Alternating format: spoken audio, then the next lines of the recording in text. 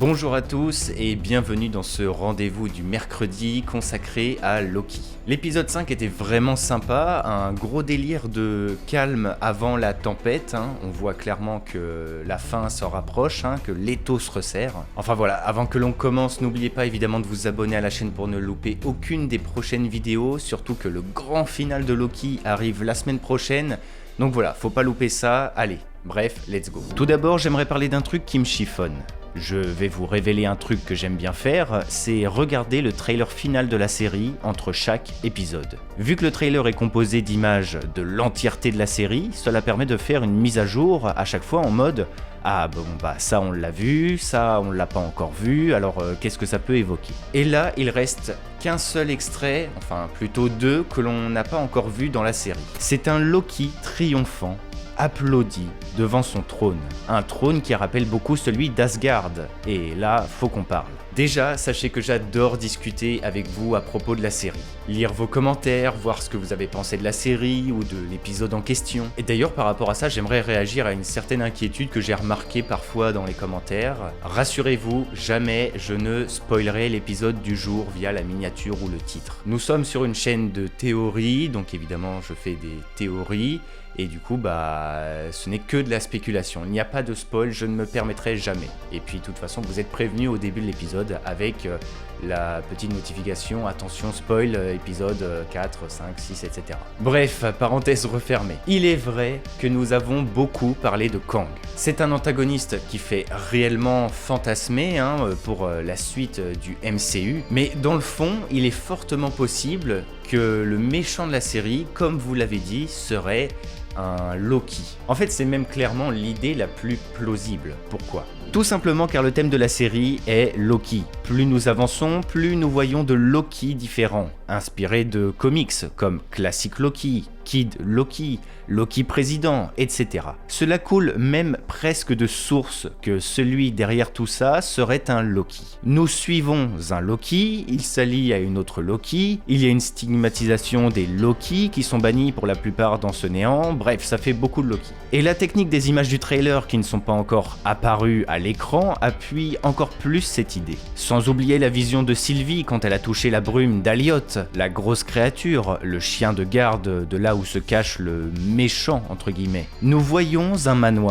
manoir avec une sorte de dôme sur le dernier étage. Avec cette couleur dorée, nous pouvons vite faire le rapprochement avec les dernières images du trailer manquant. D'ailleurs, le manoir est situé sur un îlot hors du temps, et nous voyons une très grande ligne en continu. Cela symbolise clairement le flux sacré temporel à tous les coups. Sauf que n'oublions pas que cela reste un trailer. Et un trailer, c'est un petit peu une sorte d'outil de manipulation. Ils peuvent nous faire croire mille et une choses par ce biais. Donc il y a pour moi trois possibilités concernant cette dernière image manquante, qui est officielle, je le rappelle, ça vient du trailer officiel. Soit il s'agit du véritable antagoniste, la véritable personne derrière tout ça, derrière le TVA, et donc un Loki. Dans l'idée, on nous bassine depuis le début que Loki est à la recherche de son glorieux destin, mais qu'il échoue toujours, qu'il est destiné à être poursuivi par la souffrance. Eh bien l'idée que celui derrière le TVA est un Loki est assez vendeur, car pourquoi il n'existerait pas un Loki qui, lui,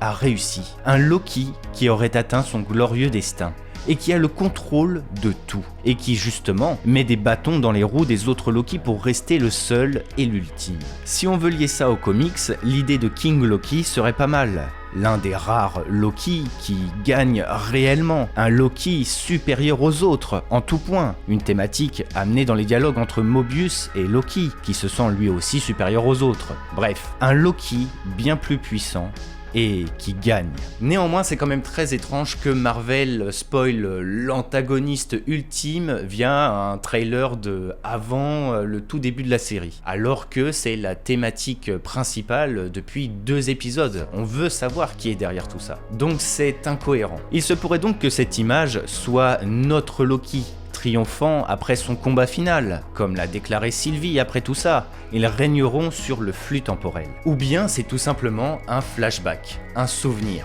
Après tout, il y a des gens qui l'applaudissent, donc c'est bizarre si ce n'est pas un flashback. Pourquoi il y a des gens? Et que font-ils là, dans ce lieu précisément, hors du temps et de l'espace, à côté du flux sacré temporel? Enfin bon, maintenant, si nous parlons du problème de Kang. Effectivement, on a beaucoup parlé de Kang, comme je le disais au début de la vidéo. Les indices sont clairement là, c'est un personnage qui est lié à pratiquement toutes les thématiques de la série, ou même les entités de cette dernière, genre le voyage dans le temps, le TVA, Ravonna, et je peux vous dire, même Elliot a un lien avec Kang. Donc voilà, Kang arrivera, c'est sûr. Mais peut-être pas dans la série. En fait, tout dépend de la vision de Marvel à propos de l'avenir du MCU, en général. La question d'une saison 2 est posée à chaque nouvelle série Marvel Disney+. La réponse à chaque fois est plus ou moins sous-entendue que non, mais bizarrement, pas pour Loki. Car oui, Loki est aujourd'hui gracié de la saga du MCU, il est hors du temps et de l'espace, et normalement, il n'est pas censé réapparaître, du moins pour le moment, évidemment, dans la saga. Il va très certainement continuer son aventure solo, et sa série ne dépend pas du tout des Avengers au final. Donc c'est là que Kang peut être intéressant. Si saison 2 il y a, ce serait le moyen de pourquoi pas l'introduire, puisque tout le concept de TVA aurait déjà été établi, tout le concept de Nexus, de voyage temporel, de flux sacré, etc. Et si saison 2 il y a, ce sera certainement dans une période proche à Ant-Man 3, film où Kang va apparaître. La phase 4 étant déjà bien chargée, une petite saison 2 pour fin 2022 ou 2023 dans le courant, permettrait de lier tout ça et de créer la continuité entre la série et Ant-Man 3, justement. Enfin bref, cela reste une possibilité. Et d'ailleurs, pour relier cela à Ravonna, cette dernière semble être dans un mood où celui qui a créé le TVA serait en danger, sous-entendant clairement qu'elle aimerait lui venir en aide, s'allier à lui, qu'elle souhaiterait même chercher à lui plaire. Si son analyste secret n'est pas Kang, c'est peut-être le moyen d'instaurer Kang avec cette fameuse relation amoureuse des comics entre lui et Ravonna. Bref, dans tous les cas, la fin de la série Loki va nous proposer de la surprise. Marvel sait très bien gérer la hype et les mauvaises directions. Ce n'est pas un hasard si tout le monde voyait Mephisto dans WandaVision. La ref au diable dans la série Loki n'est pas accidentelle non plus. Les indices sur Kang, pareil, c'est pas du hasard. Ils savent et ils jouent avec nous. Et connaissant le fonctionnement de ces derniers, ils sont véritablement capables de nous prendre à revers avec ce dernier épisode, l'épisode 6. Le fait est que nous sommes face à une série centrée sur Loki.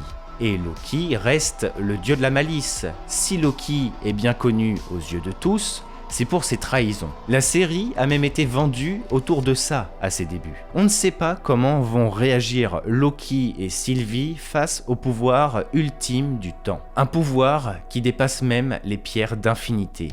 Comme montré dans le premier épisode. La question du fameux glorieux destin n'est pas rappelée par hasard à chaque épisode. Loki va possiblement faire face à ce fameux glorieux destin quand il sera face au flux sacré temporel. Mais au final, quelle sera sa réaction? Sylvie en a conscience qu'il est un Loki, qu'il peut vriller à n'importe quel moment. Néanmoins, n'oublions pas que le cheminement de la série veut nous montrer que Loki a changé, a évolué, et qu'il se dirige normalement vers la meilleure version de lui-même. Puis n'oublions pas Mobius, beaucoup pensent que ce dernier joue un double jeu, mais je ne pense pas personnellement. Je me dis juste que la fin de Mobius pourrait être de retrouver une vie normale après tous ces événements. Lui permettre de faire du jet ski, un détail qui est devenu bien trop présent au fil de la série. Enfin voilà. Attendons-nous à de la dinguerie. La question du qui est derrière tout ça est rappelée depuis maintenant 2 épisodes. L'épisode 6 sera clairement tourné autour de cette question. Il faut refermer la porte. Nous sommes à la fin de la série. Mais peut-être qu'au final, cette histoire de TVA, de flux temporel, etc.